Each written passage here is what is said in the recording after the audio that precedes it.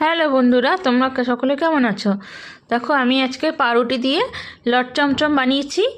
তো সেটা আমি তোমাদের সাথে শেয়ার করছি।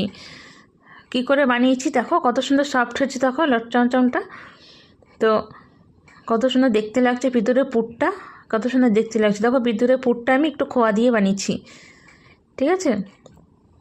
তো এটা আমি কি করে বানিয়েছি, যেমন দেখতে সুন্দর লাগছে তেমনি খেতেও কিন্তু খুব সুন্দর হয়েছে।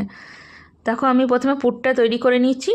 একটু দুধের মধ্যে খোয়া জাল দিয়ে তার মধ্যে একটু চিনি দিয়ে আমি পুরটা কমপ্লিট করে নিয়েছি। তো পুরটা আমি এমনি করে লম্বা লম্বা করে একটা শেপ দিয়ে নিয়েছি, ঠিক আছে? এমনি লম্বা লম্বা করে শেপ দিয়ে নিয়েছি। পুরটা ঠান্ডা হলে, গরম থাকতে কিন্তু করবে না, এমনি ঠান্ডা হলে এমনি শক্ত হয়ে যাবে, তখন এই শেপটা এমনি করে লম্বা লম্বা করে দিয়ে রাখবে। তো তার জন্য ফার্স্টে আমি এই দুধ গরম করেছি। ওই যে কড়াইতে আমি পুর করেছিলাম না, সেই কড়াইতেই আমি দুধটা ফুটিয়ে নিয়েছি। তার মধ্যে আমি একটু 1 প্যাকেট পাউডার দুধও দিয়েছি। দিয়ে এটা একটা খুব গ্রেভি মতো মানে করে নিতে হবে। গাঢ় দুধটা খুব গাঢ় মতো করে নিতে হবে, যেহেতু লট চমচম হচ্ছে তো মোটা মতো করে নিতে হবে। করে এটা টকবক করে ফুটতে দিতে হবে। টকবক করে ফুটে গেলে একটু মোটা মতো হয়ে যাবে, গাঢ় মতো। তারপর এটাকে নামিয়ে রাখতে হবে ঠান্ডা করে। আর ঠান্ডা করলে একটু মোটা হয়ে যাবে। তারপর এটাকে নামিয়ে রাখতে হবে।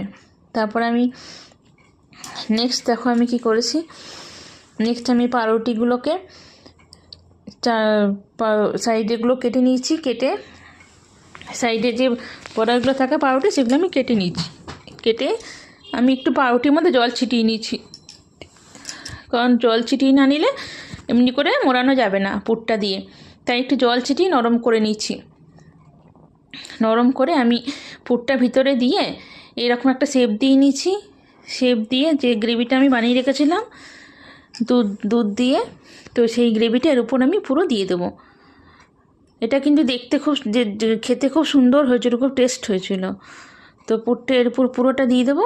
দিয়ে কিছুক্ষণ ভালো মতো পুরো মানে এই মিষ্টিগুলোর ওপর পুরটা দিয়ে দেবো। পুরটা বলছি, গ্রেভিটা আমি দিয়ে দেবো। দিয়ে কিছুক্ষণ রেখে দেবো। রেখে ভিতরটা যখন একটুখানি রসটা চলে যাবে, তারপর আমি সুন্দর করে গার্নিশিং করে তারপর আমি এটা কাটবো, পরিবেশন করব। দেখো কত সুন্দর হয়েছে দেখতে। কেউ বলবে এটা ঘরে তৈরি।